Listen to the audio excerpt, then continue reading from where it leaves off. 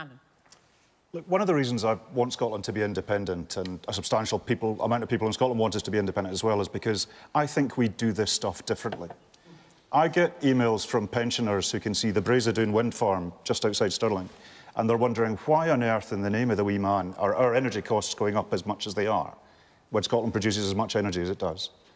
People are struggling with their mortgages, they're struggling with their rents, they're struggling with precarious employment, they're struggling with all sorts of economic consequences of COVID and Brexit. And the UK government wants to implement not only the current government's policies, but Liz Truss's government's policies in capping bankers' bonuses. It's absurd. So, where the Scottish Government has had power, we've promised a freeze on council tax for the next year. Now, that's going to be tough, but we're going to work with local government to make that happen, because that's going to help keep money in people's pockets at a time that's really tough. The winter is going to be really tough for a lot of people, which is why we need to see renewed action on energy costs, because the UK has delivered a broken energy market to all of us, not least in Scotland. We need to see action in the King's speech that's actually going to help working people through this cost of living crisis. And the idea that bankers need to have more freedom to make bigger bonuses for themselves is entirely wrong with what's wrong with Westminster. Okay. Man there in the pink tie. Yes, Alyn. Do you want a general election sooner rather than later? We're ready for it when it happens. We actually literally today just confirmed all of our candidates for the Westminster election. I'll be candidate for Stirling and Strathallan. But I have to say, and I'm conscious I'm speaking to an English audience, that I think the change that the UK needs, and the UK's on the skids, and I think the change that is necessary for the UK goes beyond a change at leadership at number 10.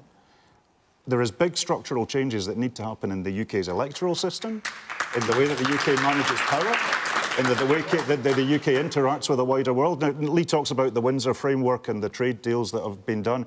All of that was trying to fix the mess that Brexit created, which his party did, and the Labour Party was posted missing upon. Which the British people made a choice on. Well, the people of Scotland didn't. Well, the British people did, and until it changes, we are in a union of the United Kingdom, and the Union of the United Kingdom made that decision, and it was absolutely incumbent upon the government of the day to make sure that decision was implemented. Otherwise, we would have a whole heap of additional problems right now, with people being even more cynical. Well, we've already talked about one of the biggest benefits of Brexit, which is for bankers' bonuses to go through the roof. Oh, that's not serious. So I think that the UK needs significant change. We're ready for it from my party's perspective whenever it happens. Even though you lost the last by-election?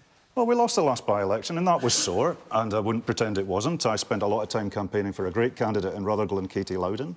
But I've met the Labour candidate who won and shaken his hand, and that's democracy. But the lady talks about all politicians are the same.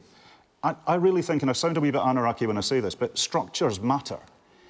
The Scottish Parliament is elected by a proportional system where there's a greater plurality of voices. We're in a government partnership with the Greens, which means that politicians have to negotiate with each other to get anything done. Right. In order to get anything through the Parliament, there needs to be a consensus. We need to get away from the Punch and Judy stuff that the UK has been bedevilled by for so long, and actually get longer-term consensus amongst our politicians.